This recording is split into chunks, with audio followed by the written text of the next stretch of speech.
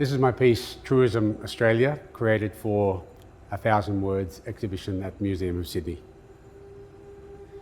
What struck me about this particular image that I've chosen to respond to is the fact that I'd seen the image many times in the past, and of course it's one of those images that just stays imprinted on your mind.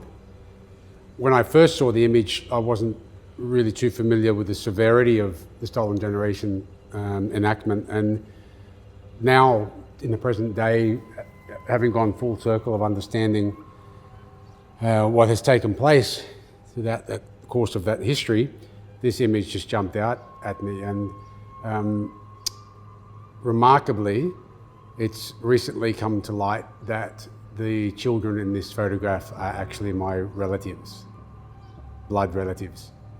The sole remaining individual in that photograph of the 3 Aboriginal children is actually an uncle, a blood uncle.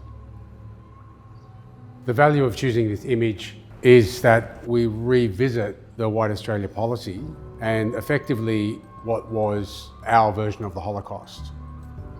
And so, for those who weren't aware, this is Kempsey Railway Station. So these children have just been removed from their family, and they're being taken to Kempsey Railway Station, where they'll either be transported to Cootamundra or to the Kinchela home in Kempsey. The astonishing thing about this image and the power of this image is it is a snapshot of the Stolen Generation. A bit of background about the way I construct my imagery. First of all is the skies. There's always a vivid blue sky, which is celebratory of the skies that we're all too familiar with here on this continent. I've used 7 bands in the skies, and the 7 bands are a linear representation of a tonal gradient. So you go from a darker hue of blue down to the lighter blue, representative of the way we see a sky with the naked eye. Those 7 bands have always been a versus match between the 7 Sisters Dreaming, which is the dominant dreaming on the continent, spans from the west coast all the way to the east coast, which was a dreaming cycle of ceremonies that took place since time immemorial, connecting all of the different Aboriginal peoples across the continent.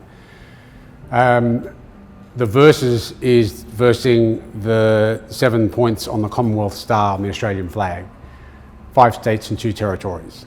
So the way I fragment the skies with my skewed lines and gradients represents how, when the colony set up here,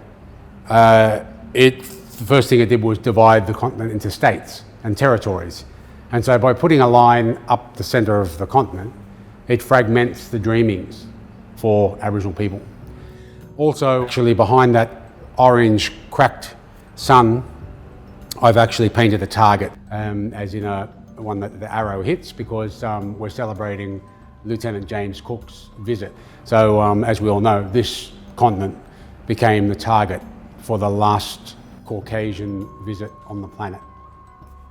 And so, furthermore, we've got the train conductor here and the lady accompanying the Aboriginal kids. You'll note that they're painted only in the colours of the Australian flag. So I wanted to make them look as imperial as possible, and that they're doing their job for the Commonwealth. And whilst the little jarjums there, the kids, they're just painted in ochres. It just came to mind that we really need to drive home the impact that this act was having on these innocent kids here. Over to the right of the painting, we've got, I guess, an extension of Coney Island. So it's a big fantasy land.